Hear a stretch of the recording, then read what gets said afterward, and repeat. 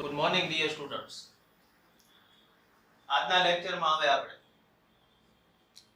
આગળની જે અંગિકાઓ છે કે જેની અંદર આપણે આજે જોવાના છે અંતરરસજાળ, ગોલ્ગી કાય, લાઇસોસોમ.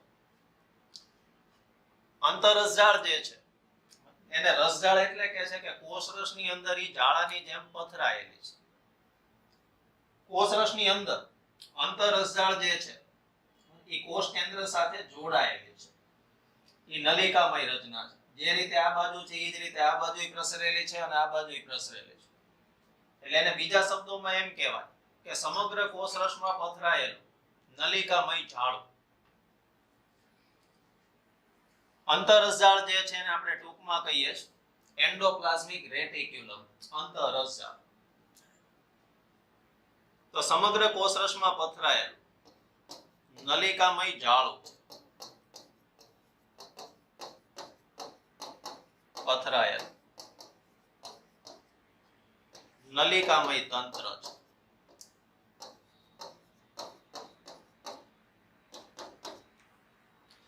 આ નલિકાઓ જે છે એ ચપટી નલિકાઓ છે અને ખાસ યાદ રાખજો નલિકાઓ એકબીજા સાથે જોડાયેલી છે. ગોલ્ગી કાયની અંદર પણ આવી નલિકાઓ જોવા મળે પણ એમાં આવું સ્પષ્ટ જોડાણ વચ્ચે વચ્ચે હોતું નથી. તો આ નલિકાઓ બધી બાજુ પ્રસરેલી છે.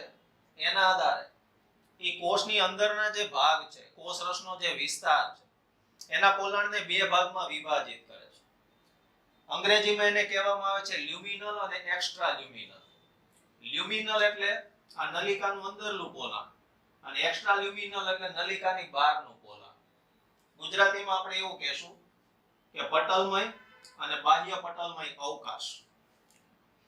એટલે એના આધારે નલિકાને આધારે કોષાંતરીય વિસ્તાર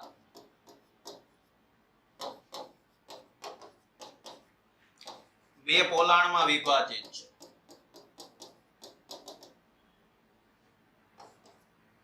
એક પટલમય જેને આપણે કહેશું લ્યુમિનલ અને બીજું આવશે બાહ્ય પટલમય જેને કહેવાય એક્સ્ટ્રા લ્યુમિનલ.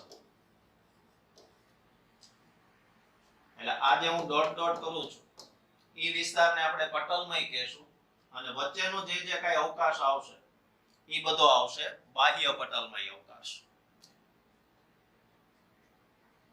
આ જે નલિકાઓ છે એ અંતરરસજાળની નલિકાઓની સપાટી ઉપર રિબોઝોમ આવેલા છે. તો કેટલાક કોષો એવા છે કે એની અંતરરસજાળની સપાટી ઉપર રિબોઝોમ આવેલા છે અને કેટલાકમાં રિબોઝોમનો અભાવ છે. તો એના આધારે એના બે પ્રકાર પડે છે.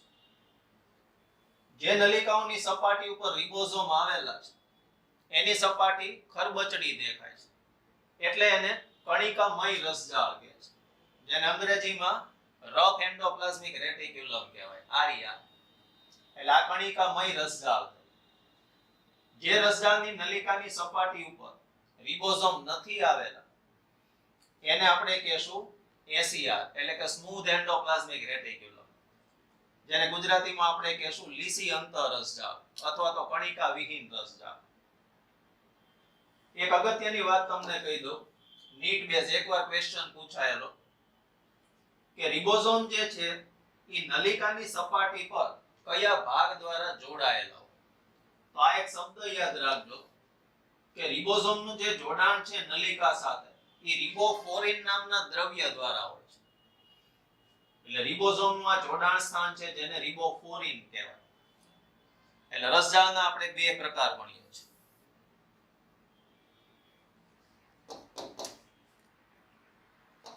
નલિકા પર રિબોઝોમની હાજરીના આધારે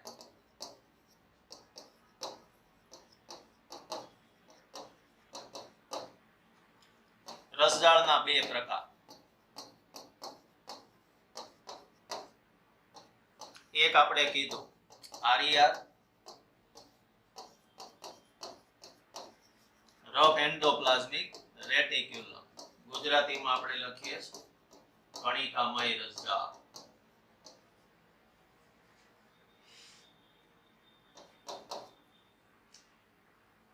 હવે ક્વેશ્ચન એવો આવે કે શરીરના કયા કોષોમાં કણિકામય રસજાળની સંભાવના વધુ છે?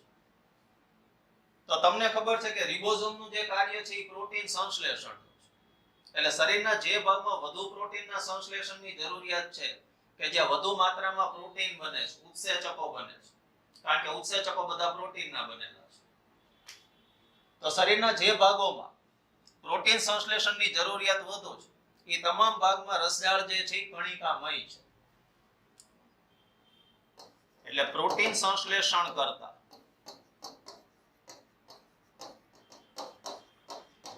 કોષોમાં કે અંગોમાં આવી રસજાળ વધુ હોય છે.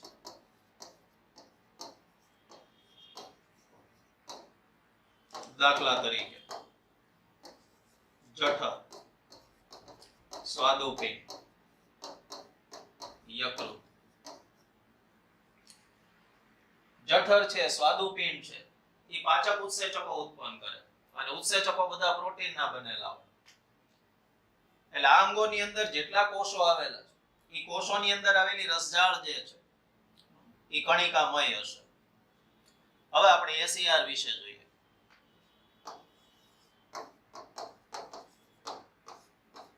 જેનું આપણે ફૂલ ફોર્મ કીધું છે સ્મૂધ એન્ડોપ્લાઝમિક રેટિક્યુલમ, જેને કહેશું કણિકા વિહીન રસજાળ.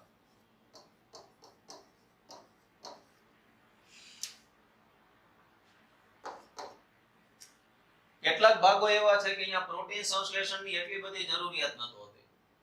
તો આવા વિસ્તારોની અંદર સ્મૂધ ઈઆર આવેલી છે અને ખાસ કરીને લિપિડના સંશ્લેષણ સાથે સંકળાય છે. એટલે અહીંયા ટૂંકમાં તમને લખી દઉં છું, લિપિડ સંશ્લેષણ કરતા વિસ્તારો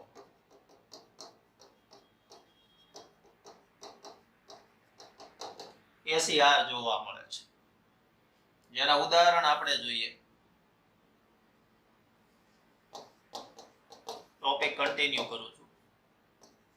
ઉદાહરણ દાખલા તરીકે જનન પિંડના વિસ્તારો, યકૃત, મેદપૂર્ણ પેશી. જનનપિંડ, શુક્રપિંડ અને અંડપિંડ જે ખાસ કરીને જાતીય અંતઃસ્ત્રાવો સાથે સંકળાયેલા છે. જાતીય અંતઃસ્ત્રાવ ટેસ્ટોસ્ટેરોન, ઈસ્ટ્રોજન, પ્રોજેસ્ટેરોન જે બંધારણની દ્રષ્ટિએ સ્ટીરોઇડ છે અને સ્ટીરોઇડ જે છે એ લિપિડનો એક પ્રકાર છે. તો આવા સંશ્લેષણ માટે જે રસજાળની જરૂર પડે એ કેવી રસજાળ જોશે? તો કે એસીઆર પ્રકાર. યકૃત એવી રચના છે, યકૃત જે છે એ આપણા શરીરની રાસાયણિક ફેક્ટરી કહેવાય, કેમિકલ ફેક્ટરી. ઘણા બધા સંશ્લેષણ ત્યાં થાય છે. એટલે યકૃતની અંદર બંને પ્રકારની રસજાળ જોવા મળે છે. આરઈઆર પણ છે, એસીઆર પણ છે. એટલે જો એવો ક્વેશ્ચન પૂછાય કે અંતરરસજાળનું મુખ્ય કાર્ય, તો બે લખવાનું. અંતરરસજાળનું કાર્ય પ્રોટીન સંશ્લેષણનું છે અને લિપિડ સંશ્લેષણનું છે. આરઈઆર નું મોટા ભાગે કાર્ય પ્રોટીન સંશ્લેષણનું અને એસીઆર નું મોટા ભાગે કાર્ય લિપિડ સંશ્લેષણ. શરીરની જરૂરિયાત મુજબ ઘણીવાર એવું બને છે કે આરઈઆર ઉપરથી રિબોઝોમ દૂર થાય ને પોતે એસીઆર માં રૂપાંતરિત થાય. તો એ શરીરની જરૂરિયાત મુજબ એમાં ફેરફાર થતા રહેતા હોય. અને ખાસ જે મેં તમને કીધું,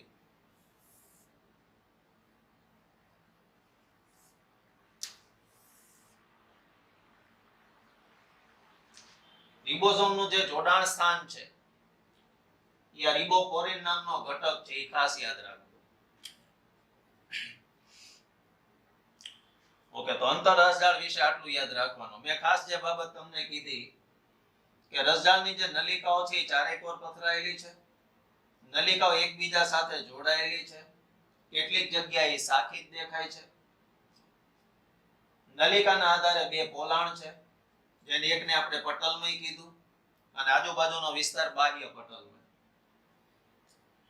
રિબોઝોમના આધારે બે પ્રકાર કીધા, આરઈઆર અને એસીઆર. કયા વિસ્તારોમાં આરઈઆર જોવા મળે, કયા વિસ્તારોમાં એસઈઆર. ટેક્સ્ટ બુક ની અંદર એક શબ્દ છે, એમાં એવું આપેલું છે કે આંતરકોષીય વિસ્તારના બે ભાગ પડે. ખરેખર એ આંતરકોષીય ન કહેવાય, પણ એને કયો શબ્દ કહેવાય? કોષાંતરીય. આંતરકોષીય એટલે કોષો કોષો વચ્ચે થાય, તો એ કોષની બહાર નીકળી ગયા કહેવાય. અને કોષાંતરીય એટલે કોષની અંદર, એટલે આ કોષ રસને બે ભાગમાં વિભાજિત કરે છે. એ ખાસ યાદ રાખવાનું છે. જે મેં હેડિંગ બતાવેલું છે તમને, ઈઆર, ગોલ્ગી કાય અને લાઇસોઝોમ, એની માટે એક શબ્દ છે, એને ગર્લ કહેવાય, GERL. ગોલ્ગી કાય, ઈઆર એટલે આપણે કીધું અંતરરસજાળ એન્ડોપ્લાઝમિક રેટિક્યુલમ, અને એલ એટલે લાઇસોઝોમ. એટલે આ ત્રણેય રચના જે છે પાછી કાર્યની દ્રષ્ટિએ એકબીજા સાથે સંકળાયેલી છે. અંતરરસજાળમાંથી તે ગોલ્ગી કાયનું સંશ્લેષણ થાય, એટલે આના પછી આપણે ગોલ્ગી કાય જોઈએ, અને ગોલ્ગી કાયમાંથી લાઇસોઝોમનું સંશ્લેષણ થાય. એટલે રચનાત્મક રીતે આ ત્રણેય અંગિકાઓ એકબીજા સાથે સંકળાયેલી છે. હવે આપણે ગોલ્ગી કાય વિશે જોઈએ. ગોલ્ગી કાય નામ જે છે એના સંશોધક ઉપરથી આપેલું છે. જે વૈજ્ઞાનિકે એની શોધ કરેલી એનું નામ છે કેમિલો ગોલ્ગી. હવે એક્ચ્યુઅલી કેમિલો ગોલ્ગીએ જે આ શોધ કરેલી છે, એ શોધ એને ચેતાકોષમાંથી કરેલી છે. ઉવડ જે પક્ષી આવે એના ચેતાકોષોનો અભ્યાસ કરતો હતો, અને એમાં એને સિલ્વર નાઇટ્રેટ AgNO3 નામનું અભિરંજક વાપર્યું. તો એ સિલ્વર નાઇટ્રેટ એનાથી એને જ્યારે કોષને અભિરંજિત કર્યો, ત્યારે એક જ રચના ચાંદી જેવી ચળકતી અભિરંજિત થઈ. એ રચનાને એને નામ આપેલું છે ગોલ્ગી કાય. એટલે અભિરંજકનું નામ યાદ રાખજો, સિલ્વર નાઇટ્રેટ AgNO3. એ થોડી એક્સ્ટ્રા ઇન્ફોર્મેશન છે, પણ સાથે સાથે આપણે લેતા જઈએ. તો કેમિલો ગોલ્ગી દ્વારા 1898 માં ઘુવડના ચેતાકોષની અંદર આ રચનાનો સૌપ્રથમ અભ્યાસ થયેલો. અંતરરસજાળની જેમ જ ગોલ્ગી કાયની અંદર પણ નલિકાઓ છે. એ નલિકાઓને નામ આપેલું છે સિસ્ટરની, જેની સંખ્યા જુદી જુદી હોય છે. મોટે ભાગે એની સંખ્યા 4 થી લઈને 8 થી 10 સુધીની હોય, અને આ રીતની થપ્પીમય રચના છે. હમણાં તમને મેં ઈઆર માં કીધું એમ કે અંતરરસજાળની નલિકાઓ વચ્ચે જોડાણ જોવા મળે. આમાં વચ્ચે કે એવું સ્પષ્ટ જોડાણ હોતું નથી. નલિકાઓ થપ્પીની જેમ ગોઠવાયેલી છે. નલિકાઓ જે છે એની અંદર દ્રવ્યો નિર્માણ પામે છે, સંશ્લેષિત થાય છે, અને આવી કોથળી અથવા પુટિકા સ્વરૂપે મુક્ત થાય છે. એના વિસ્તાર વિશે પછી જોઈએ. તો કેમિલો ગોલ્ગી 1898 માં શોધ કરેલી નલિકામય રચના છે.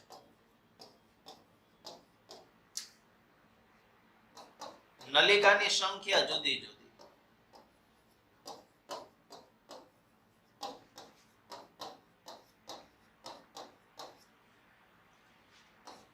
ગોલ્ગી કાયનું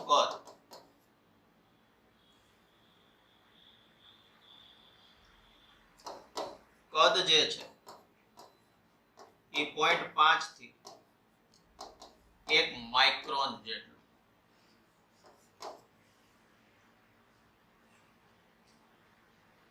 ગોલ્ગી કાયનું સ્થાન જે છે એ અંતરરસજાળની નજીકમાં જ જોવા મળે, કારણ કે એનું નિર્માણ શેમાંથી થાય છે? તો કે અંતરરસજાળમાં. એટલે એક યાદ રાખજો કે એનું નિર્માણ ટૂંકમાં લખી દઉં છું, ઈઆર માંથી થાય છે.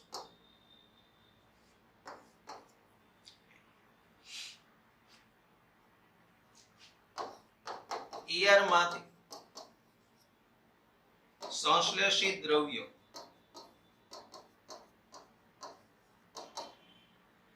ગોલ્ગી કાયમાં આવે છે.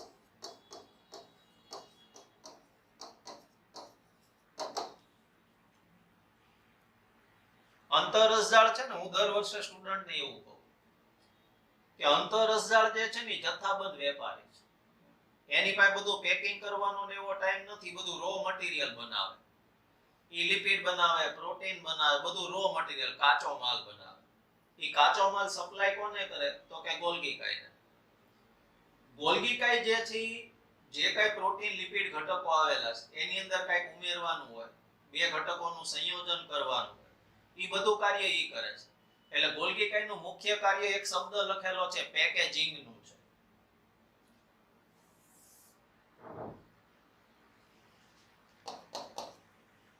એટલે અંતરરસજાળમાંથી સંશ્લેષિત દ્રવ્યો સૌપ્રથમ ગોલ્ગી કાયમાં આવે. ગોલ્ગી કાયમાં દ્રવ્યોની વ્યવસ્થિત ગોઠવણી થાય. આ તેનું મુખ્ય કાર્ય પેકેજિંગ નું છે.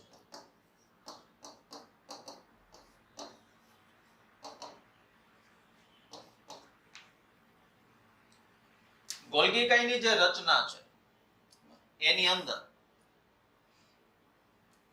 બે પ્રદેશ આપણે દર્શાવ્યા છે. જો શીર્ષ પ્રદેશ, ટ્રાંસ પ્રદેશ. શીર્ષ પ્રદેશ જે છે એ બહિર્ગોળ ભાગ છે અને એનો ટ્રાંસ વિસ્તાર જે છે એ અંતર્ગોળ ભાગ છે. પણ કહેવાય આ એનો શીર્ષ છેડો કહેવાય, આ ટ્રાંસ કહેવાય. બીજા બે શબ્દ છે હજી બે માટે. શીર્ષ પ્રદેશને નિર્માણકારી પ્રદેશ કહેવાય અને ટ્રાંસ પ્રદેશ જે છે એને પરિપક્વન પ્રદેશ કહેવાય. એટલે શીર્ષ પ્રદેશ અથવા નિર્માણકારી પ્રદેશ, ટ્રાંસ પ્રદેશ અથવા તો પરિપક્વન પ્રદેશ. આ બહિર્ગોળ ભાગ, આ અંતર્ગોળ ભાગ. હવે એ મુદ્દો જોઈએ આપણે.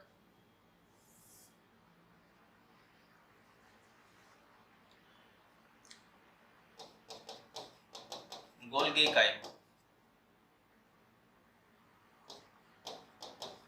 ઈઆર ની નજીક જ જોવા મળે અને ઈઆર કોની સાથે સંકળાયેલું? કોષ કેન્દ્ર સાથે. એટલે એમ પણ કહેવાય કે કોષ કેન્દ્રની નજીક જોવા મળે.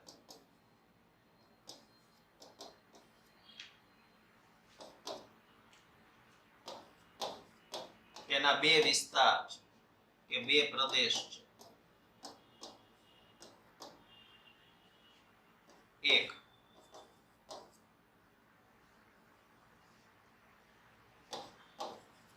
બહિર્ગોળ પ્રદેશ અથવા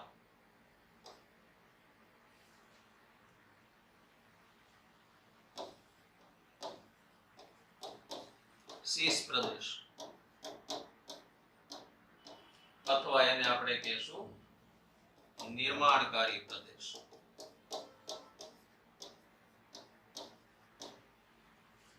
બીજું અંતર્ગોળ ભાગ અથવા ટ્રાંસ પ્રદેશ અથવા પરિપક્વ પ્રદેશ.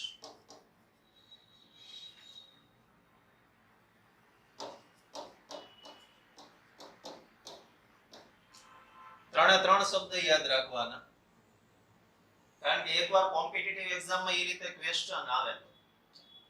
જ્યારે નીટ કોમન નહોતી ત્યારની વાત કરું છું, પીએમટી બેઝમાં, કે અંતરરસજાળમાંથી સંશ્લેષિત દ્રવ્યો મુક્ત થાય ત્યારે અનુક્રમે કયા ભાગમાંથી પસાર થાય. તો શબ્દો આવે આપેલા હોય. દાખલા તરીકે ઓપ્શન એ છે તો કે બહિર્ગોળ ભાગ, શીર્ષ પ્રદેશ, પરિપક્વન પ્રદેશમાંથી અંતર્ગોળ ભાગ, ટ્રાંસ પ્રદેશ, નિર્માણકારી પ્રદેશ. તો નિર્માણકારી અને પરિપક્વન ફરી ગયા ને એટલે ઓપ્શન એ ખોટો પડે. એવી રીતે બી ની અંદર આડાવળું થઈ ગયું. આનો એક શબ્દ આમાં હોય, આનો એક શબ્દ આમાં હોય. એટલે ત્રણ શબ્દ યાદ રાખવાના છે તમારે. બહિર્ગોળ ભાગ, શીર્ષ પ્રદેશ, નિર્માણકારી એ એક વિસ્તાર. અંતર્ગોળ, ટ્રાંસ અને પરિપક્વન એ એક પ્રદેશ થયો.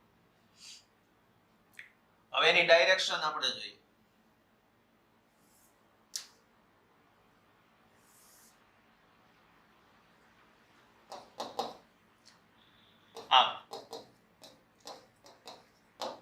ઈઆર માંથી સંશ્લેષિત દ્રવ્યો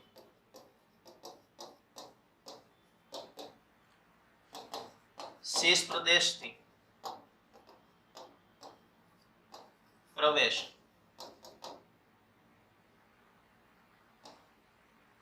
ગોલ્ગી કાયની નલિકાઓ જે છે નલિકાઓમાં તેનું પેકેજિંગ થાય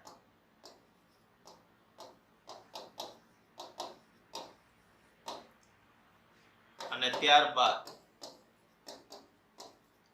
ટ્રાંસ પ્રદેશ પરથી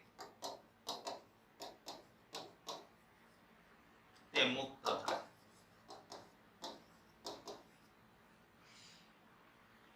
તો શીર્ષ પ્રદેશમાંથી પ્રવેશે, નલિકાઓમાં ગોઠવણી પામે એટલે કે પેકેજિંગ થાય અને ટ્રાંસ પ્રદેશ પરથી કોષ રસમાં મુક્ત થાય.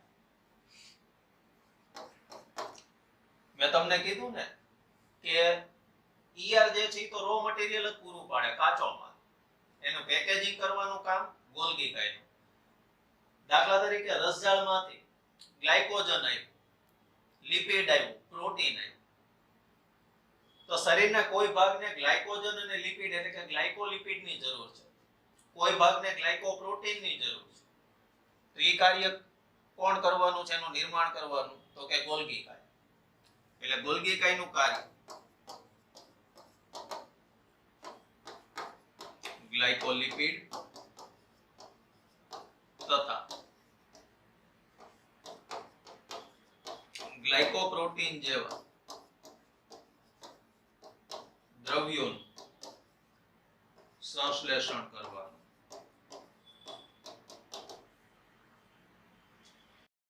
એટલે ગોલ્ગી કાય જે છે એ રીતે ઘણી મહત્વની રચના છે.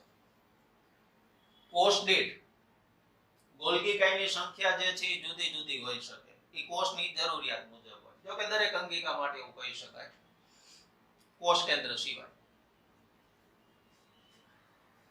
તો આ થઈ ગોલ્ગી કાયની રચના. ફરી એકવાર આકૃતિ પ્રમાણે આપણે જોઈ લઈએ.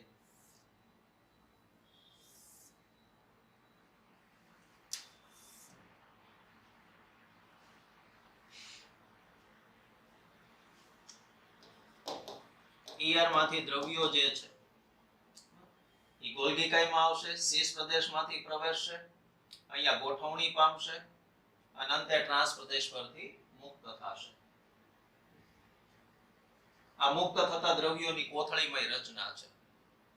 આના પછીની જે અંગિકા આપણે જોવી છે લાઇસોઝોમ, એ આ જ રીતે કોથળી સ્વરૂપે મુક્ત થાય છે. અને લાઇસોઝોમની આપણે થોડીક વધારે ડિટેલ જોવાની છે ટેક્સ્ટ બુક કરતા, કારણ કે તમારે આગળ 12th ની અંદર એના રિલેટેડ હજુ આવશે ક્યાંક ને ક્યાંક. એટલે અત્યારથી જાણકારી મહત્વની છે. હવે આપણે લાઇસોઝોમ વિશે જોઈએ. લાઇસોઝોમ શરીરની ખૂબ અગત્યની અંગિકા, એને આત્મઘાતી અંગિકા કહે છે. આપણે જોઈએ શું કામ? મોટા જથ્થામાં પાચક ઉત્સેચકો ધરાવે છે. એટલે ખાસ કરીને કોષની અંદર જે દ્રવ્યોનું પાચન કરવાનું હોય એમાં એ સંકળાયેલું છે. ફરી પાછો એ શબ્દ આવે છે કોષની અંદરનું પાચન એટલે કોષાંતરીય પાચન. એટલે કોષાંતરીય પાચન સાથે સંકળાયેલી અંગિકા જે છે આ છે. આપણા શરીરમાં પાચન બે પ્રકારનું હોય. કોષ બાહ્ય પાચન કોને કહેવાય? તો કે જઠર અને આંતરડામાં થતું હોય, એ કોષ બાહ્ય પાચન થયું. પછી પાચિત દ્રવ્યો રુધિરમાં શોષાય અને કોષની અંદર પ્રવેશે. કોષમાં પ્રવેશ્યા પછી જે પાચન થાય એ કોષાંતરીય પાચન કહેવાય, જેમાં લાઇસોઝોમ અગત્યનો ભાગ ભજવે. તો એની શોધ સૌપ્રથમ ક્રિશ્ચન ડી દુવે નામના વૈજ્ઞાનિકે કરેલી. ઉદ્ભવ તમને હમણાં કીધું એમ કે ગોલ્ગી કાયમાંથી કોથળી સ્વરૂપે ઉદ્ભવ થાય. એટલે ઉદ્ભવ જે છે એ ગોલ્ગી કાયમાંથી.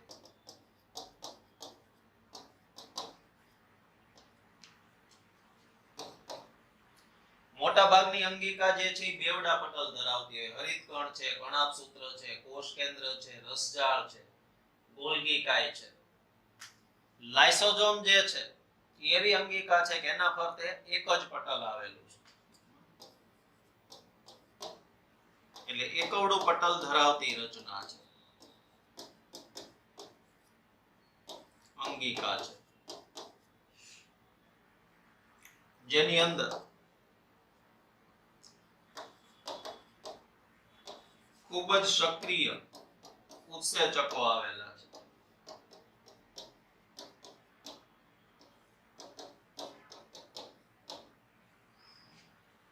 જે તમામ હાઇડ્રોલાઇટિક ઉત્સેચકો છે.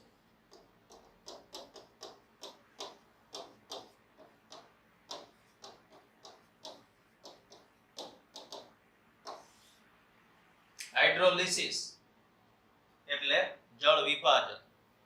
તો જળ વિભાજન પ્રેરતા ઉત્સેચકો જે છે એની અંદર આવેલા છે અને કોઈ પણ ઘટકનું પાચન કરી શકવા માટે સક્ષમ છે, એટલે ખૂબ જ સક્રિય ઉત્સેચકો ઈ ધરાવે છે. લાઇસોસોમની જે બીજી વિશેષતા છે એ કહું તમને, કે હાઇડ્રોલાઇટિક ઉત્સેચકો ધરાવે છે.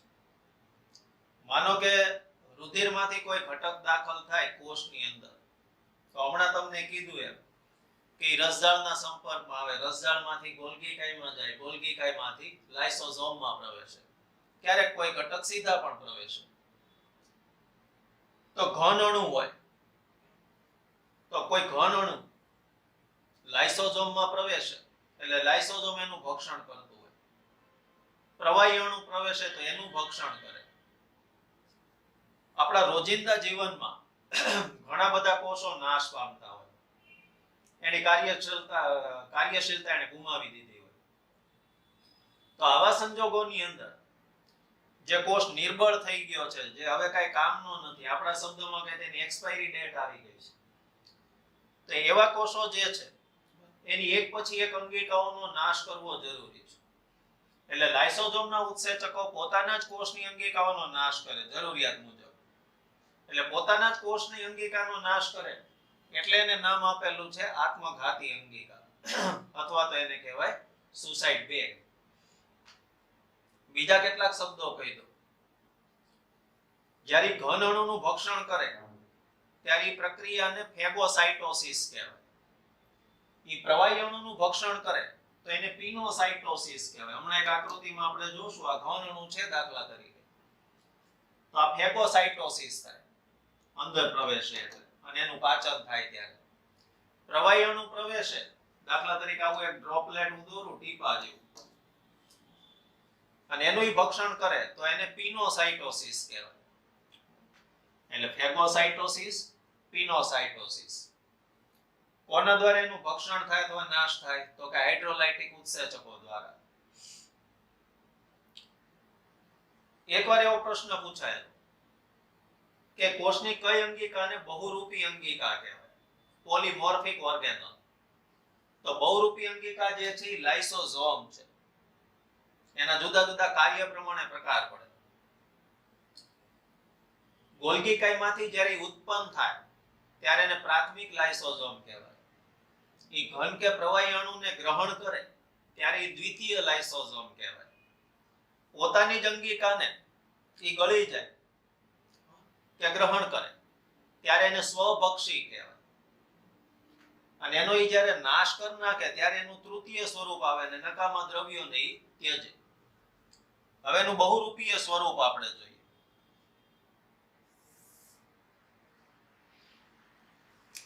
લાઇસોસોમ જે છે બહુરૂપીય અંગિકા છે.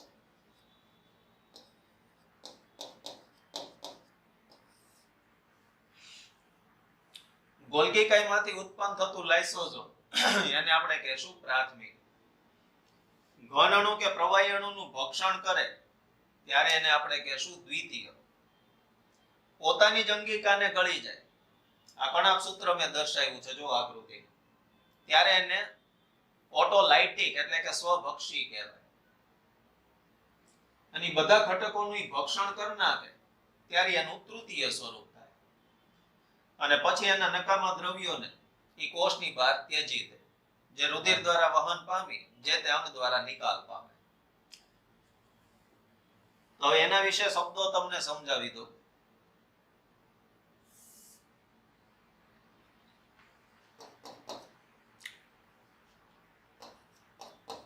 કે ઘન અણુનું ભક્ષણ કરે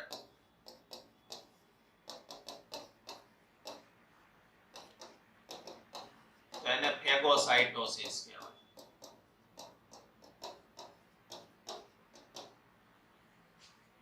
જ્યારે પ્રવાહી અણુનું ભક્ષણ કરે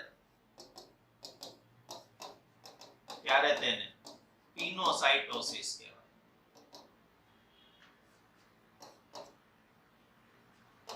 પોતાની જ અંગિકાનું ભક્ષણ કરે ત્યારે તે સ્વભક્ષી કહેવાય. અંગ્રેજીમાં એને ઓટોફેગસ કહેવાય.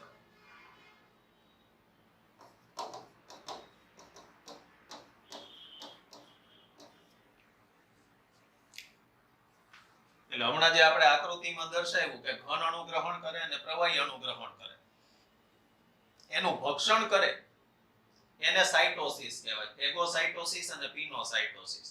પણ એ રચનાને જ્યારે ઘેરે ત્યારે એને ફેગોઝોમ અને પિનોઝોમ કહેવાય. દાખલા તરીકે આ બે આકૃતિનું નામ નિર્દેશ કરવું હોય તો આને ફેગોઝોમ કહેવાય, આને પિનોઝોમ કહેવાય, આ ઓટોઝોમ કહેવાય. અને એનું ભક્ષણ થઈ જાય પછી ફેગોસાઇટોસિસ, પિનોસાઇટોસિસ એ રીતે એના શબ્દ આવે કે આને કહેવાય ઓટોફેગસ. અમુક જે વોલ્યુમ છે દિલ્હી પબ્લિકેશનના એના જે વોલ્યુમ આવે એમાં અમુક ઇન્ટરેસ્ટિંગ વર્ડ આવે, શબ્દો આવે. આ ઘન અણુનું ભક્ષણ કરે ને એટલે એને એમ કે સેલ ઇઝ ઈટિંગ. સેલ એટલે કોષ, કોષ ખાય છે. એટલે આ શું થયું? Cell is eating. આને સેલ ઇઝ ડ્રિંકિંગ કહેવાય. કોષ કાંઈક પીવે છે. અને નકામા દ્રવ્યો જ્યારે ત્યજે ત્યારે એને એમ કહે કે સેલ ઇઝ વોમિટિંગ. બારી દ્રવ્યો ત્યજે છે. આવા કેટલાક ઇન્ટરેસ્ટિંગ શબ્દો અમુક રેફરન્સ બુકમાં આપેલા હોય. તો આજે આપણે આજે સિસ્ટમ પૂરી કરી જેમાં 3 અંગિકા છે. એમાં લાઇસોઝોમ જે છે એ ઘણા બધા કાર્યો સાથે સંકળાયેલું છે. આ સાથે હજી હું તમને એક 2-4 એક્સ્ટ્રા કાર્ય કહી દઉં. આગળ ક્યારેક આવશે તમારે પણ નીટ બેઝ છે એટલે સાથે સાથે સમજાવી દઉં. લાઇસોઝોમ સાથે સંકળાયેલા છે અન્ય કાર્યો એવું આપણે લખીએ.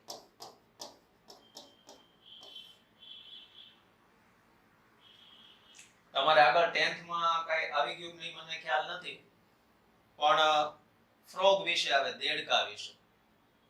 કે ઈંડામાંથી જ્યારે એનું ડીંભ સ્વરૂપ બહાર આવે શિશુ પ્રાણી, તો દેડકો જ્યારે ઈંડામાંથી બહાર આવે ત્યારે એની પૂંછડી વાળી અવસ્થા હોય, એને ટેડપોલ કહેવાય. પછી ધીમે ધીમે એમાં રૂપાંતરણના તબક્કા આવે અને લગભગ અમુક દિવસો બાદ ઈ દેડકા જેવા સ્વરૂપમાં ફેરવાય. તો ઈંડામાંથી જ્યારે ઈ બહાર આવે એને ટેડપોલ કહેવાય. ત્યારે ઈ પૂંછડી વાળો હોય, પાણીમાં તરતો હોય. ધીમે ધીમે એની પૂંછડી ગાયબ થઈ જાય. ગાયબ થઈ જાય એટલે શું થાય છે એમાં? તો કે ટેડપોલની પૂંછડી જે છે ઈ પૂંછડીની અંદર રહેલા કોષો, તો એ પૂંછડીના કોષોના જે લાઇસોઝોમ છે એ ધીમે ધીમે કોષોનો નાશ કરતા જાય. એટલે પૂંછડી જે છે એ ધીમે ધીમે નાશ પામે. તો આજે આખો તબક્કો છે કે જેમાં ટેડપોલમાંથી પુખ્ત દેડકામાં ઈ પરિણમતો હોય, ઈ ગાળાને રૂપાંતરણ કહેવાય. ઘણા બધા પ્રાણીઓમાં આપણે આગળ આવીએ. તો ઈ રૂપાંતરણના તબક્કા માટે લાઇસોઝોમ ઉત્સેચકો અગત્યનો ભાગ ભજવે. કારણ કે અમુક અંગો એના ટેડપોલ અવસ્થામાં હોય, ધીમે ધીમે નાશ પામતા જાય. તો એ લાઇસોઝોમ વિના શક્ય ન બને. પછી બીજની અંદર જ્યારે બીજાંકુરણ થતું હોય તો એ દરમિયાન બીજાંકુરણ માટેના જરૂરી ઉત્સેચકો જે છે એ લાઇસોઝોમ દ્વારા જ નિર્માણ પામે અને એના આધારે બીજાંકુરણ જે છે એ શક્ય બનતું હોય. કારણ કે સંચિત ઘટકોનું પાચન કરવું પડે. પાચન કરીએ વનસ્પતિ કે પ્રાણી, ઈ પાચન થાય ત્યારે જ એના જરૂરી દ્રવ્યો પ્રાપ્ત થાય અને એનો ગ્રોથ થાય. ત્રીજું અગત્યનું કાર્ય જે 12th માં આપણે આવવાનું છે, મનુષ્યની અંદર જ્યારે ફલનની પ્રક્રિયા થાય ત્યારે શુક્રકોષ છે એ અંડકોષમાં પ્રવેશે. તે શુક્રકોષનો જે આગળનો ભાગ છે એમાંથી અમુક ઉત્સેચકો ઉત્પન્ન થાય એના કોષોમાંથી લાઇસોઝોમ દ્વારા. એ ઉત્સેચકો શુક્રકોષમાંથી બહાર આવી અંડપડ ઉપર પ્રસરે, અંડકોષના પડ ઉપર, જેને કારણે પડ પાતળું બને અને શુક્રકોષ જે છે એનો અંડકોષ પ્રવેશ થાય અને ફલન શક્ય બને. તો લાઇસોસોમના કેટલાક આવા વિશિષ્ટ કાર્યો છે. દાખલા તરીકે દેડકામાં રૂપાંતરણ દરમિયાન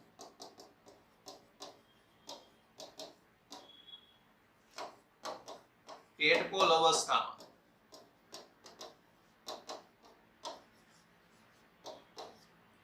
પૂંછડી હોય છે. ત્યારબાદ પુખ્ત અવસ્થામાં તે જોવા મળતી નથી.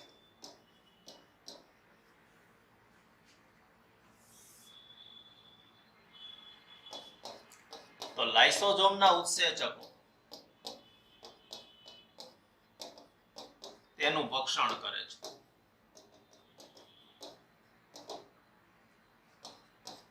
બીજું કાર્ય મેં જે તમને કીધું કે વનસ્પતિમાં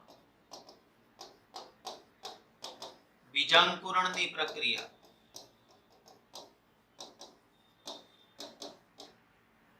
આ ઉત્સેચકો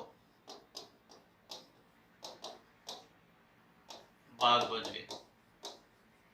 આ ઉત્સેચકો એટલે લાઇસોસોમના ઉત્સેચકો. મનુષ્યમાં ફલન દરમિયાન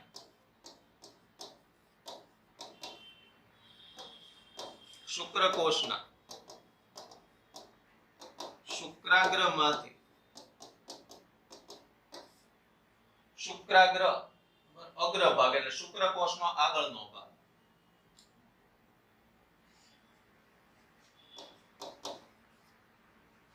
સ્ત્રાવ પામતા ઉત્સેચક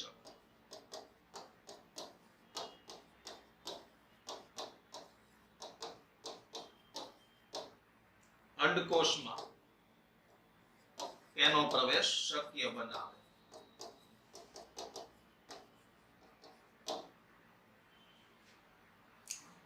તો આ ઉત્સેચકોનું નિર્માણ પણ લાઇસોસોમમાં થયેલું હોય. દાખલા તરીકે આ અંડકોષ છે,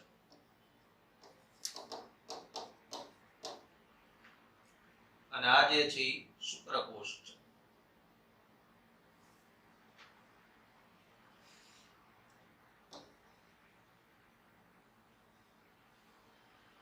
એનો આ શુક્રાગ્રનો ભાગ, અને એના દ્વારા જે ઉત્સેચકો સ્ત્રાવ પામે એ અંડપડ ઓગાળે અને શુક્રકોષનો પ્રવેશ થાય.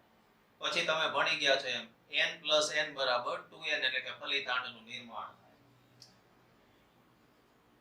તો આ બધા લાઇસોસોમના કાર્યો છે.